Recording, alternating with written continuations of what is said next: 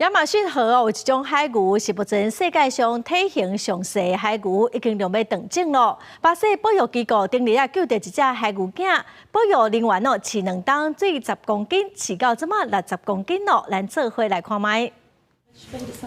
工作人员真细致扶着海牛仔用牛铃管饲奶，食饱了后的海牛倒伫水中，蒙蒙巴肚，看得真满足。这只海牛仔获救的时只有10公斤重，经过巴西保育人员2年来的饲养照顾，即马已经60公斤重啊。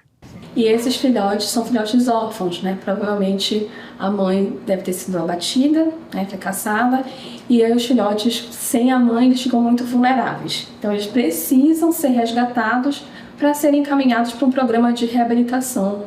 这种报道有白色同样的海牛，主要分布伫亚马逊河流域的河道甲湖壁，是现存3种海牛中体型上细一种。成年的海牛会当到400公斤重，也毋过几百年来遭到人类滥杀滥捕，将海牛肉甲海牛皮大量出口，造成数量大大减少。即卖已经防治区移归物种，真歹发现因的踪影。巴西政府伫1967年禁止垃圾所有的野生动物，也毋过保育团体发现，一直到即卖巴西当地有渔民非法被海。Então, a reabilitação é bem longa, né? A gente fica de 2 a 3 anos até que ele esteja apto a ser encaminhado para a soltura.